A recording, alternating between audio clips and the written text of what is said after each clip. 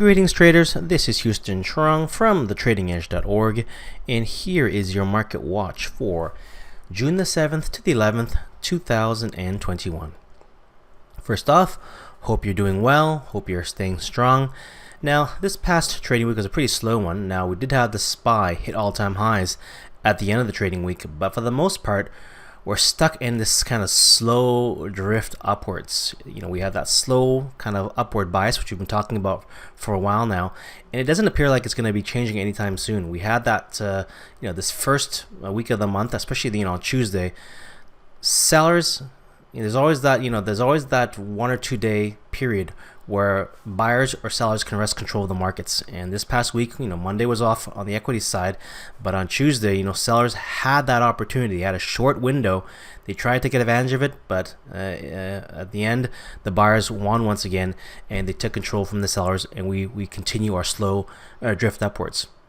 And at this point, there's no reason to believe, as I've been saying for the past little while now, that we're not going to see more upward drift with the VIX at the levels that they are now. And I'll show you what that looks like in a few moments here. There's basically very little volatility in the market, so it kind of feels like we're trading kind of summer action right now. But it's just basically due to the fact that it's just very, very low volatility, and when times are slow, you don't want to short a dull market. For me, it's basically a lot of do nothing. It's like I'm not very active, and not trying to pick my spots and taking shots when they show up, but not trying to be active in these markets other than playing the intraday stuff, which given the fact that you have a lot of these degen names that are running up, things like AMC up over 100% at one point during the week, and a bunch of other these meme stocks that are working once again that we talked about last week. I'd imagine that those continue to play out until they don't. On the crypto side, lots of consolidation, so not a lot going on there either. Sort of a nothing burger market, both in terms of cryptos and equities. But the crypto space now, watching the consolidation and seeing when that's going to break, because when it breaks, that's when it's time to get involved. For now, again, we'll get to the charts later on, but that's when we get the break of the consolidation. That's when it's time to get back to work. But for now, the intraday stuff is kind of what I'm focusing on, and again, picking my spots and being very selective. This coming week, we got some important econ news on Thursday. So this coming Thursday, we got the CPI number and the jobs claims number. So those are two numbers that are always worth watching. This past week, just to add some color, the jobs claims number came in strong. So we had far fewer jobs claims than expected, and that's not good. Why is it not good? You think that's good for the economy. In fact, that is good for the economy, but not good if you're invested in equities or the stock market, because that gives more case for the Fed to taper earlier, right? So the markets do not want the Fed tapering or tightening their loose fiscal policy or monetary policy, excuse me. So that wasn't good for the markets on Thursday. We had a bit of a small sell-off on Thursday, but on Friday, there was bad news in terms of that NFP number, the non-farms payroll number, because there were far fewer jobs. And that's bad for the economy, but again, good for the stock market. So it's, good as bad once again. Well, it's been that way for a long time now, because people just want the Fed to continue to pump money into the markets by buying those bonds and, of course, keeping interest rates low. That is good for the stock market. Until it's not good. So that's basically the message here, is that things are going to continue to go higher until they don't, and that our job as traders is to to trade what's in front of us. So that's the regime we're in right now. Eventually that will change, but for now you don't want to fight it, because that drift higher, it could it's just it is what it is, right? So not the most exciting market to trade, but that is the side of price that you want to stay on, and not try to get cute with the shorts, because they're not working. So let's jump into the charts now, and let's discuss what we just kind of alluded to there, and that's this VIX, this low volatility. So what are we working with here now? And I'll show a couple of versions of this, as I did last week. We'll first show the VXX, because I think this is quite tradable. And then I'll show you the VIX futures, because that's a more accurate picture of what's going on with the VIX index itself. So VXX it goes Momo down now. So we had a small bump up, I think earlier in the week, but then by the end of the week we broke the lows, and now we actually went Momo down. So we get momentum to the downside on the VIX, and that means we could expect lower volatility to come. On the weekly chart, all right, we were on top of this pattern. We've been pointing this out. It's Momo, outside bar, inside bar, and then down. All right, so now it's just continuation move. It's just going very, very slow. This week is down 3.70%, just a very, very slow move. And essentially, it looks sort of like this on the daily chart. Remember, we had only 4 trading days this past week because of the Memorial Day holiday. So here, the buyers, they try to take advantage of it. So again, on the equity side, this is the opposite, right? So on the SPY, it looks like the opposite. So the VIX buyers, they actually try to step up here. So this, the sellers try to step up on the SPY. You try to sell it. They had a multi-day rally. So you had, because here, remember last week we talked about this? This is actually a gap reversal last Friday. And so going into this week, we knew that the sellers were likely, or the sellers of the stock market, the buyers of the VIX were likely to have a bit of headwinds. A bit of wind to their backs going into the week, and they did that. So they actually had a decent day, 2.4% up. They actually had a couple of days, a move upward there. But then ultimately, there's your Thursday, right? That's when the jobs claims number came out. We had a bit higher. But then on Friday, we had that gap down and basically inside bar reversal there. And then basically stops out anyone who tried to go along that sequence. So once again, buying the VIX, not a good idea. We know that for many reasons, right? Not a good idea to be buying the VIX because it's basically, except for this past month, this past week, the major time frame is still pointing downwards, and the trend is certainly down. It's rare that you want to be a buyer of the VIX until, if you want to wait for it, until you can break above the average monthly range. We talked about already a few weeks ago when we tagged up here. You can try to get long VIX for short trades, but if you really want to see big VIX moves, they only occur when you break above the average monthly range, that upper blue band, those upper blue bands there. Okay, so here's another way of looking at it. Let's look at the VX futures contract, the current month. So that's the front month contract. So, it looks a little bit different, but a little bit sort of the same, but I think it's more accurate because, again, you don't have that decay that's built into that VXX ETN, exchange traded note. So here, it's a bar up, right? And then a reversal bar to the downside. So that's going into lows now. Expect that low to get taken out, April's lows. That would be the 1685 level. So we're back trading at the 18 handle again for the VIX futures contract, and we finally finished this pattern. I brought it up last weekend, right? I said, okay, look, the VXX already finished the pattern being the double outside bar up, and we're expecting that low to get taken out because that happened in the VIX already, the VXX already. VX futures contract did it this week, right? So finally popped and then came back in and took out that low. Low there was 18 bucks on the dot. Here, 17.95, right? So that's exactly what it needed to do, and they did it because it pretty much played out the same way as the VXX contract, VXX future, ETN. Look, outside inside is actually a little bit different because it went outside inside. It's outside bar here because this is a Tuesday, and that bar was bigger than the prior bar's range. So outside inside resolves to the upside. Look at the trend line downwards, right? Like it's a strong trend down. There's just no fear in the markets at all. And there's an inside bar reversal right there. Once the good news for them in terms of the Fed probably not tapering because of the poor jobs number. And look, inside bar reversal takes out that low there, and then comes out and takes out the 18 pivot there. Right there, that low, right? So there we go. Where do we go from here? Drift lower. That's pretty much, the modus operandi right now. There's no reason to believe this thing's going to get higher. We probably go at least another, week or so of upward drift until we need to look at the charts again. But yeah, all bets are that it just continues to drift downwards. Okay, so 2-day chart now shows an outside bar on the VX contract. So now if you go outside bar down, that's Momo down, and that would be in line with the Momo down situation we have on that monthly chart in the VXX. So yeah, that's just more and more selling coming in the VIX. No reason to try to get long that guy. Okay, let's switch our views to SPY now and look at SPY. All-time highs on Friday. That's 8 consecutive months of higher highs, higher lows. Count them: 1, 2, 3, 4, 5, 6, 7, 8. Right? Last week we said, look, this is showing off as a momentum bar close. Very strong bar, likely not gonna, likely gonna start the month strong.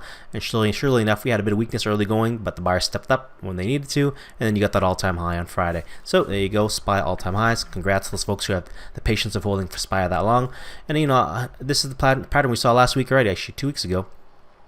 we're saying this is probably going to break out, right? Because look, that's the pivot they're going after, because we know this pattern. Momo down, right? Inside bar. The inside bar basically, it pauses the downward pressure right at the AMR low, right? So that bottom band there, bottom green band, that's your average monthly range. So basically, the month of May is trading exactly inside the normal ranges, right? So no range expansion, just consolidation, and then or normal range trading. And then this past, the end of the month, the last week of the month, it broke above that bar, and that means we know we're going after that pivot there. We got it this past week without first, doing a little bit of a scare there by coming down, tagging that 8-period moving average on the weekly, but then going back and taking out that all-time high. That all-time high was very, very likely because we knew that was an outside bar, right? That outside bar there was, we know that's probably going to get taken out because it stops there. And because it's an outside bar, we're going to see that resolution more than likely to the upside. The issue here now is how much farther do you go? I think you can go a lot higher because there's just no reason why SPY can't go higher here. You might, it's going to be, a driftward, so it's not going to be just, unless something changes, it may not be straight momentum, but the bias and the time frames, as long as you can stay above that orange line, will be all aligned to the upside.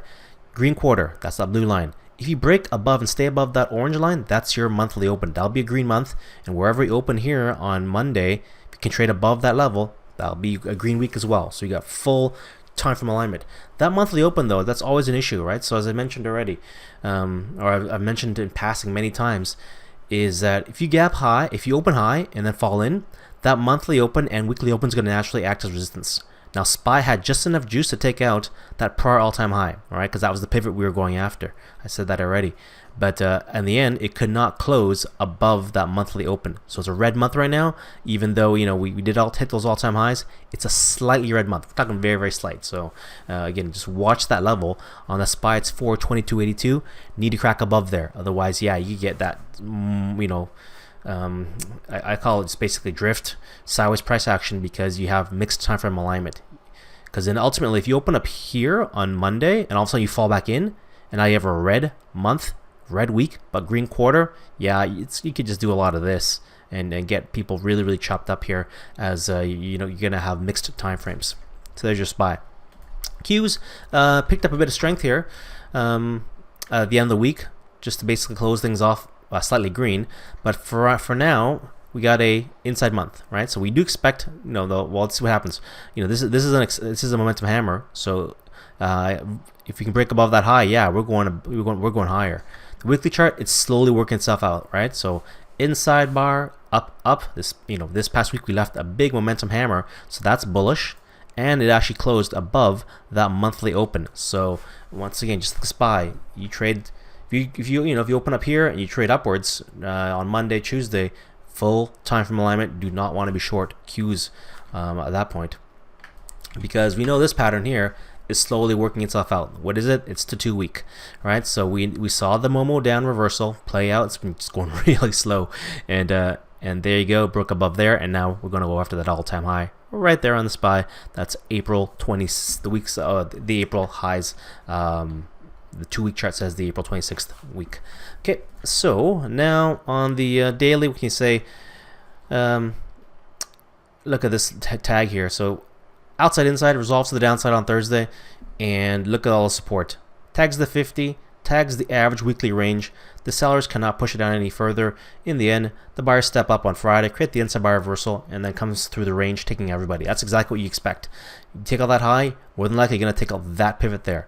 That high was 335.79, and the high there was 336.06, and closes above the monthly open. Once again, full time from alignment. You know what I said already. So you do not want to be looking for shorts here if you can stay all green across those time frames. Dow, pretty much the same picture again. These all look the same. Monthly is still inside bar for now. Still a lot of month left. Here, this will be fun to watch because we got the outside inside on the Dow. Okay, so if you break above this past week's highs, full time from alignment, we expect range expansion there. So that's actually pretty positive for the Dow. We could see higher prices there if we get that outside inside and up scenario. And at the end of the week, what do we got here? Inside bar down, just like the rest of the indices. Inside bar down, you break above there, is going higher. The monthly open though did not come into play yet, but that's going to be the level you got to watch this coming week. Is if you break above this purple line, that's this past week's highs. That will trigger the outside inside pattern on the weekly chart, and that'll also get you above that monthly open. So that'll be full time from alignment. Do not short that, please. Just stay on the right side of price. Russell, it just may be choppy. I'm not saying it's going to be a clean break, but that's certainly you want to get your bias right, and then look for the right trading opportunities to trade in the direction of that bias. Monthly on the Russell, look, momentum hammer on the Russell. We expect good things now for the Russell because it did break above last month's highs. We're going after that pivot, right? That's not all-time highs yet, but ultimately we might get there. We're definitely going after that pivot there. That's April's highs. Okay, so 230.95, and on the Russell chart, let's go back to the weekly here. The inside bar is still working itself out. Look at that monthly open came into play. I think they closed it. Where is it? 1 penny below the monthly open. So those monthly opens, I'll tell you, they're so important to watch. Not just the monthly. I'm going to show you a chart in a few moments here when I talk about gold. But the levels are so important to watch, right? There are our usual levels. I think I've probably hammered it into your into your brains enough now, but you definitely need to keep an eye on those 3 time frames: the weekly, the monthly, and the quarterly open. Although I'll share one other one with you in a few moments. So Russell, I expected to basically just drift higher. Look at that monthly open. Acted as resistance on Thursday, on Friday. It tagged it, tried to close above it, but ended up closing 1 penny below. So you're just basically, look how tight that trading is, right? Just sideways stuff for the most part. But again, it leaves us a big doji week on the weekly chart, but expect this thing to drift higher if the other indices drift higher. Now TSX, this is one that I'm still wary of. TSX has had a huge run up. I think we're up 8 consecutive months. 1, 2, 3, 4, 5, 6, 7, 8. We did break above last month's highs. Okay, so TSX once again hitting those all-time highs. But here, I'm, as I said last week, I'm getting wary. Now, although I'm not saying you short this, right? This is when I say wary, I'm saying this is the time to put out, to put on your extra, alert hat, and to see what happens, because we're trading Momo up now on the weekly chart. Okay, so it continues to trade Momo up, but this is getting risky now, because if you break up above there, which it possibly could, right? You can expect a stronger pullback. If you take out this past week's lows, that'll be a bit of a reversal, but not expecting it to break down that quickly yet. If we can get really extended up to here and then pull in, that will be a deeper pullback. But so long as you're just steadily, uniformly just making your way up this trend line like this, then you can go a lot higher. If all of a sudden a bunch of momentum comes in and you break above that Bollinger Band high, and you get that really that doesn't have to be parabolic even. It just has to be a very extreme move where you get deeper into the Bollinger Bands. Then that means price has gone too far and ahead of itself. That's when you can get a stronger pullback. Sort of like what happens here, where here, this is what I was talking about last week, and you have to watch out for this potential. Is that if you're buying up into this here and you're going into the Bollinger Bands, if it breaks a below and you break that Bollinger Band walk, it's going to basically extinguish that Bollinger Band walk, right? It's going to break it. And you're going to get a pullback that's going to stop out any weak hands. And that's kind of what we had here on Thursday, where we had a Momo up situation into the Bollinger Bands. It breaks below on Thursday, and it wasn't a flush, because look where it found support. Look at that orange line. What is that? That's the monthly open and the weekly open. Tags it right to the T, and the buyers step up. So the buyers, continue to step up to keep the charts strong, and at this point here, you just need to watch and see how far it can go. But I'm wary of it, right? Because I'm wary because of the 2-day chart, you are going into the Bollinger Band highs, right? I'm not saying, again, you don't short right away, but so long as you stay above that monthly, weekly open, this thing can go higher. And especially if the weekly chart's still kind of far away, it could pull back a bit, but so long as you stay above those weekly, monthly opens, everything's still green. So short term wise, it's tough to get good trade location here, right? That's the issue. It's tough to get good trade location, because if you buy here, right, you maybe get a 1-day move. This day was not fun to sit through, and that day all of a sudden you're back at your cost again, and then Friday you're up again, but you're not up a lot. And this is a lot of a back and forth here, and you're basically a little bit your position's not really going anywhere, and you're taking a lot of swings that are going back and forth against you. So not a great entry any around here right now. I think it's, again, just basically sideways. You can just see it. It's like it's really going nowhere. So with a slight upward bias. So that's the thing, but with a lot of backfill. So definitely not clean stuff. Now, if you look at the weekly chart, that's a lot cleaner, right? How far can it go? That's why we're not shorting it. But at the same time, it's hard to get long here, given that the price is so choppy like that. So you buy, it'll backfill, then you just have to get that. You're looking for really and ideally a pullback to buy and get that good trade location. Emerging markets, as I mentioned last week and 2 weeks ago, I was expecting some strength in this one, and yeah, we finally got it because the month ended strong. All right, on emerging markets, we had a green month, momentum hammer, right, and now we break above.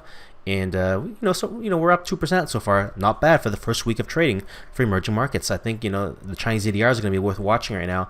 They haven't based yet. A lot of them haven't bottomed yet. I'm looking at BABA specifically. It hasn't bottomed yet, but definitely want to watch here. We did the inside bar, broke above there now, and it's trading below the monthly open right now. So that's a slight thing. That's the thing right now. So you have that monthly open, and they'll act as potentially as resistance. But we know that this wider pattern is playing out. The 2 week, it's playing like this. Okay, so we saw some playing out slowly. Momo down, reversal. We expected that pivot to get taken out, and now ultimately that pivot to get taken out back to all-time highs. Why not back to all-time highs for emerging markets? Now let's talk about bonds, because the bonds have been the one to watch because they have certainly been, as I've been calling it, the canary in the coal mine. I'm gonna delete this here. I'm not sure how I just created that. So let's go bonds now, and it's tight trading right now. So let's talk about, and that's what you expect from bonds, especially after the wild first quarter. So here you're firmly in last quarter's range, as I've been saying for a while now, and you got 25 days left. More than likely you're not going to break outside this range. It's going to be an inside quarter. So you got 25 days left. I think we just basically stay in that range and maybe drift higher a bit, but I think maybe next quarter where it gets perhaps more interesting. But for now, inside bar down. Look, the quarterly open holds, right? They hold it. Now inside bar down, inside month so far. You break above there, right? Bonds can head higher. You're still going to be stuck inside those red levels, and that's inside quarter. So even if you pop higher here, that's still inside quarter. That means I think the move is constrained a bit, but again, if you break above there, the bias is higher. So you don't only be looking for shorts and bonds if you break above that orange line, because you already got an inside bar reversal that's happened this past week. Inside bar, sorry, this is the 2 week chart. I want to go back here. We have the inside bar up, and it's just going to a nice green move here, and look, that monthly open holds, right? Green month, green quarter, green week, full time frame alignment to the upside. Can't look for shorts there. Again, the sellers had their chance earlier in the week when they traded below that weekly open. But if you look at the daily chart here, I didn't last very long. I literally lasted maybe maybe the AM session on Tuesday here, right? So the sellers had their chance when they broke it up below that orange line. That's the orange and weekly. That's the monthly and weekly line. Came down a bit, but there's your quarterly open. There was nowhere close to even testing that. So you had one time frame buyers who were very interested in buying, another time frame buyers who try to short it, but obviously the higher level time frame guys want out, and they just push it higher, and then you end up with this situation here, where you got this inside bar reversal on the 2 week chart now playing out. Inside bar down, up, you're going after that pivot there. 140.60 bias to the upside, full time frame alignment for the bonds. Do not get short that guy now. The sellers had their chance this first week. They could not take control. So now the buyers balls back in their court. So 10-year. Let's talk about 10-year, because that has also been a good one to watch, and it has a direct influence. The price of bonds obviously is very correlated to gold, so this is an important one to watch. So the 10-year. Inside bar down, inside month so far, right? Can we break outside this inside month? We'll see what happens there. But what I wanted to show on the 10-year was this one. Yes. Here. So look at that. That price action is ugly, in the sense that it got everyone off sides. The guys who thought it was going to go higher, they got them, right? So they really they stopped them out. And so that was, they force them to cover, and that basically that allows the and who go long here, they're gonna get stopped out, and that's gonna be very, very conducive for higher bond prices. So these guys have to cover, the shorts have to cover, and now that means the bond prices will likely go up. So here, inside bar up, inside bar, double outside bar. Now what's the next bar? What's the next bar here? If it goes Momo down, like a bar down here, Momo down, yes, bond prices are going up because yields are going down, right? So that's what you want to watch for. Is we get that confirmation on Monday or Tuesday, a break below Friday's lows, that's momentum, because we expect range expansion, outside, and then people were getting stopped out or left, right, and center here, as you have two huge outside bars. So people made some bets and then they had to cover because they were wrong and they got squeezed. And now, if they want to squeeze them more, they break below here. And if you didn't cover up here, you're gonna get hurt because they're gonna squeeze them down here. And that orange line is the prior month's low, not this past month's low, the April lows. So I'm gonna redraw that actually. So there we go. And yeah, that would be continuation of the downside.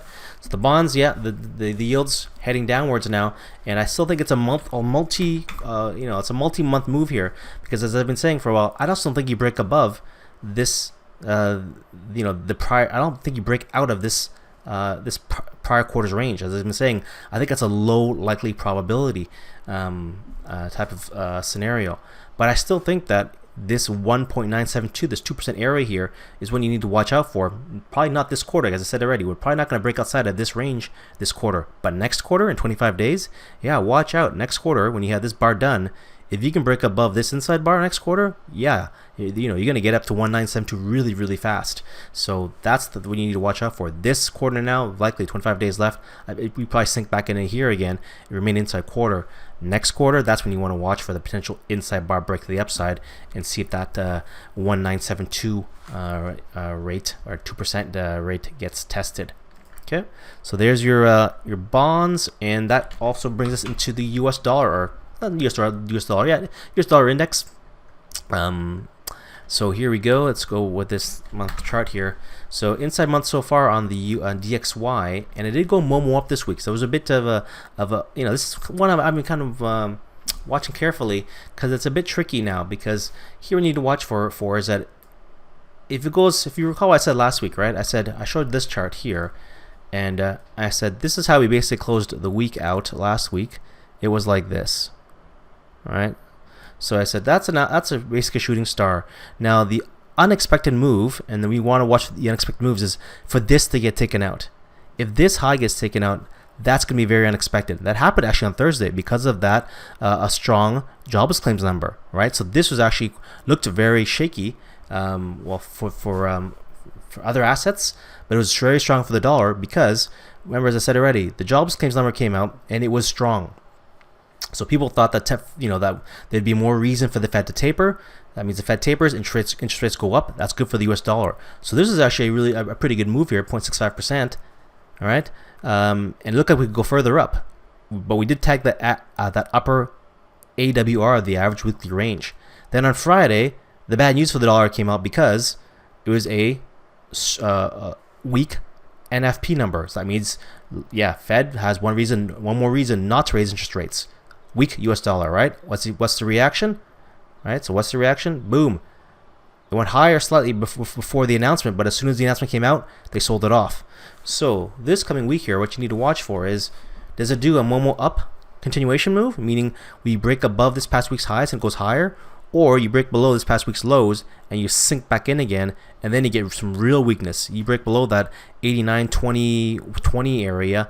Yeah, that's going to be like multi-year lows for the dollar. Right? That means the US dollar is basically getting really debased, and that's what you want to watch for, right? If you break below that low there, yeah, you're going to take out that pivot there, and then that pivot comes into play, the 89-20 area. And yeah, if that's good, if that happens, that's really good for gold, right? If the US dollar continues to depreciate, very good for gold. Now, if you break above there, watch out. That's a change of scenarios there, because that's a strong dollar. A strong dollar is going to be an interesting thing, because that's going to signal something very, very different. So watch this range here very carefully. I'll be watching that this week to see on what side of price, what side of these ranges price transacts. Okay, so that purple area. Let's go on now to gold. Yeah, so speaking of gold, let's go to gold. So MGC, micro gold futures. Let's go. So what we got here for gold? Well, gold, yeah, so if you recall, we're stuck inside this pattern, just like kind of like the bonds.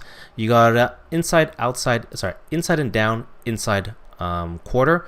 And my bet still is, I'm still long gold, but I'm still thinking that we're probably going to get stuck inside this range. Now, I don't mind if we break out of it, but my feelings are we probably get stuck inside this, unless somehow, like I said in that last chart, if if the dollar just all of a sudden breaks down, then yeah, that's really good for gold, and then maybe we take up that 1962.50 area. But for now, I still think we're stuck in this range. Monthly chart wise, looks like so. All right, we had a red, we have a red month so far. That means we opened high, we fell back in again. I'm just going to redraw my ranges for that month of May. Sorry, a month of June. So we did break above May's highs. We fell back into the range again. And now, what have we got here? Outside bar for gold. Okay, so as I said last week, we're going into the Bollinger Band highs. A little risky, right? Risky in the sense that you don't want to be buying here. If you buy here, you're buying at the tip of the spear, right? You're the tip of the spear. You're going into battle, and the first lines of soldiers always fall. And so that's what happened here. The guys who bought here trying to buy his breakout, it failed. Okay, so outside bar now. That doesn't mean the whole rally's over, but just like we said with gold, it'll be very interesting to watch now to see on what side of those levels price transacts. We break above and go Momo up into the Bollinger Bands. That's a Momo move into Bollinger Bands. That's very, very strong, right? Or you break down here now and come back into the range a bit. That's the question. So gold, as I've been saying, the past few videos, is that this gold chart's ugly, especially the past few weeks, because what's actually happening here is that, as I've been calling it, it's a somewhat of a distribution pattern. It's this very, very poor market structure here, right? This stuff here with all these outside bars, 1, 2, 3 outside bars here, and you have this kind of choppiness. Very, very poor market structure, and it doesn't take much to wipe out anyone who tries to buy in that range, right? So you look at that. And from this type of distribution, poor market structure, and what happens? You think you're having a good time, right? You buy this, you're like, okay, it feels like I'm doing pretty well. I buy around 1890. All of a sudden, you get one of these days on Thursday, where it gives back, 1, 2, 3, 4, 5, 6, 7, 8 days of trading, 9 days of trading, right? So that one single bar wipes everyone out, because that low should definitely be below that low. At the very least, maybe even that low gets tested. These are all outside bars. So we expect any kind of pullback to take out the lows of outside bars, because those are fractal broadening formations. That low will take out that low. Maybe even take out this low if it goes Momo down this coming week. And then Friday they picked it up again, right? So Friday they picked it up because of, like as I said already, the weak US dollar. So here's the interesting thing that I alluded to earlier. Why has this level been so feels like it's being sold, right? Why is that? It's just distribution. Why is it? 1908, that level is interesting. Why is it? And I didn't see it myself, but I was talking to Andy, one of the guys in my room, and he pointed out to me, you know what 1908 is? If you go on the 12-month chart, that's the yearly chart. That's actually the yearly open. Okay, so did I say the yearly? 1908. Let's see here. Yeah, 1908 is the yearly open. All right, so now that you know that, that's actually the yearly open. They're battling right here on whether or not they can actually make gold turn green on the year, or to keep it red. So each time gold's hitting that 1908 area, you have buyers trying to turn the year green, but you have sellers saying no, we're not going to let you, allow you to turn that year green. And they ultimately, so far, have won that battle at 1908. So that's a battle, that's an area worth continuing to watch, 1908 area, because that's also coincides with, now we have it, that monthly level. The monthly level is 19 here. It's a little below that, 1906, but it's a very, very important level there. This area here, 1908 to 1906 area, for the rest of the month at very least, we're going to have a bit of resistance here. So the question is now, can the gold buyers, can they break above that 1906, 1908 area? You need a good break above there before gold can go higher. So there's definitely, that's an important level to watch, very important level. Thanks, Andy. Shout out to him for spotting that and bringing it to my attention.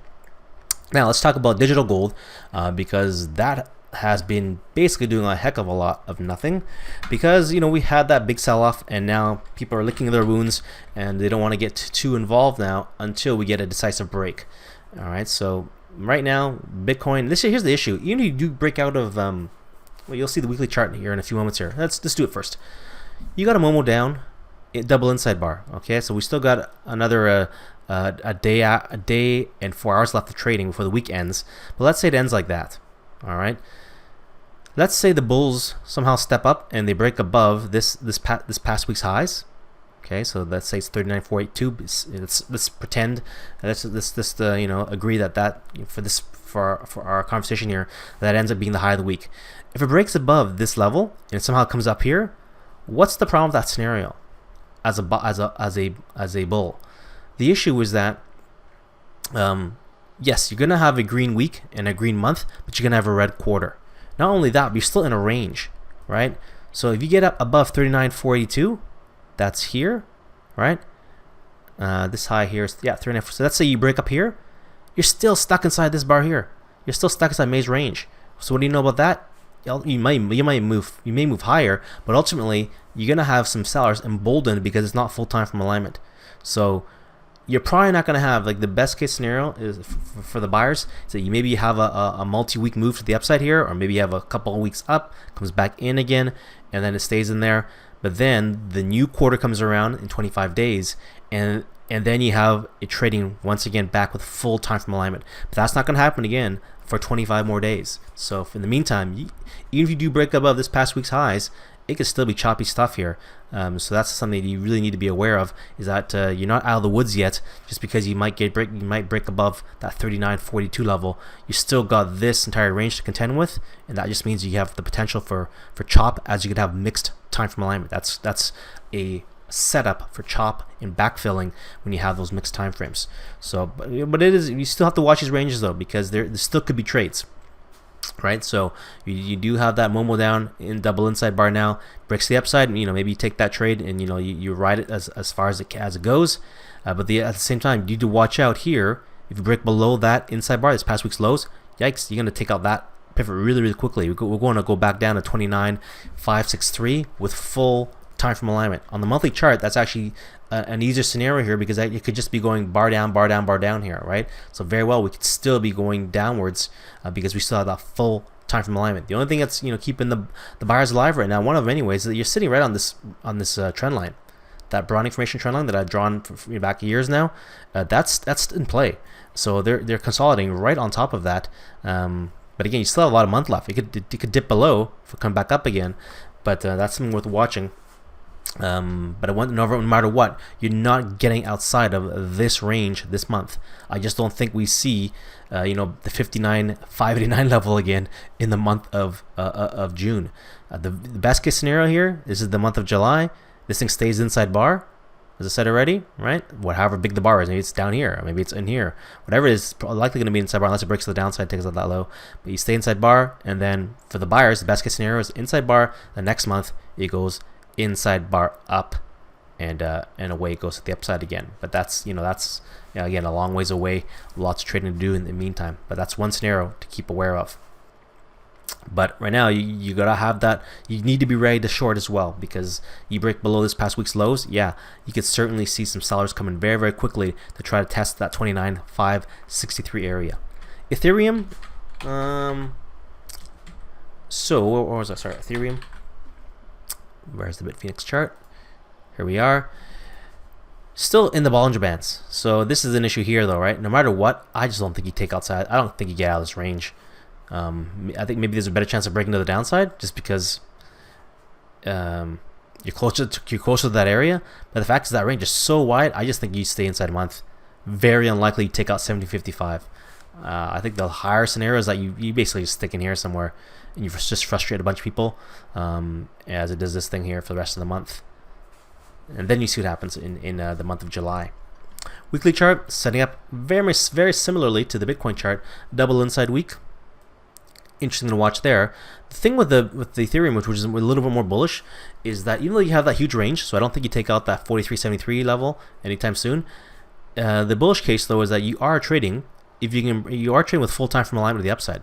If you break above this past week's highs, that 288, 228.89.80 level, that's full time from alignment. So if you break up here on Sunday night or Monday, you're above the monthly open, you're above the quarterly open. That'll be a green week. Yeah, you're gonna definitely get some buyers in this thing, and that's why I think that potentially, because Bitcoin and Ethereum trade in such a correlated fashion, if we see Ethereum break above this level, we're likely going to see Bitcoin trade upwards as well. It's very, very rare, right, that we see Bitcoin and Ethereum diverge from any period for any significant period of time. So not saying it can't happen, but we just don't see it happen very often. So I'm biased to that side. That is, I generally see that these two move together. So whichever way they break, that's, they're probably both going to go that way. Okay. So that's Ethereum in there on the weekly chart. Watch for that pattern. That's very, very clear levels. We have so many clear levels this coming week. So that's the nice thing. On the dollar chart, on the gold chart, on the Bitcoin chart, on the Ethereum chart, very, very clear what has to happen on these charts for them to continue their moves. Now, two final charts here. We'll talk about the total market cap for cryptos, and then we'll talk about the shitcoin chart. All right. Same thing here for the total market cap. Again, Bitcoin had it's the total market cap. We're up at 2.577 trillion at one point. Now we're back at the 1.59 trillion mark. Looks a lot like the Ethereum chart, right? Outside bar, inside bar, on the monthly bar there, right? But deep inside that monthly bar, which is an outside bar. How do you get out of that? This one though is trading a little bit more like Bitcoin because it is full time from alignment to the downside. So you're trading red quarter, trading red month. You break below this past week's lows, watch out. You come back down here to take out that 1.196 area. And let's talk about shit perp, last chart of the day of the video. And that is showing us inside month so far, it's inside this big range. I just don't see how you break outside that big range. I'm not saying it's impossible, but hey, man, that's a really, really big range. So I think we consolidate inside that. And on the weekly chart, tight stuff, but also with a bearish bias because you have orange up there, blue there, so that's monthly red. Sorry, the monthly just opened up, so it's over here. Month red, purple, quarterly red, and so yeah, how's that break? If you can break to the downside, that's full time from alignment. Upside, you're gonna have to contend with that level, that quarterly level right there, 83, 84, 40-ish level. That's one to watch for. So again, keep an eye on that. All the charts look the same, right? The correlations are so strong here, so that'll give you, having these correlations are oftentimes beneficial because if one breaks a certain way, that can oftentimes give you a heads up on how the other charts will break as well. All right. Although sometimes, again, things can change, right? So correlations don't always stay perfect. So at some point you would expect in the future, or maybe in the near future, that these correlations will begin to change. We may not have as high correlations as we do now between these different these digital assets. But for now, you have to operate as they do because they haven't shown you otherwise yet. So that's how I'm running with things. All right. Well, I hope you enjoyed the video. As always, we'll really look forward to hearing your feedback. If there's anything you would like to add to the videos, or if there's anything I can do to improve them, let me know through the comment section on YouTube or on the blog, thetradingedge.org. And in the meantime, if you like the videos, smash the like button, click on subscribe, make sure you get on that subscribe list to be notified through YouTube when the videos drop. And as always, have yourself a great trading week. Stay safe, stay strong, and talk to you next week again. All the best.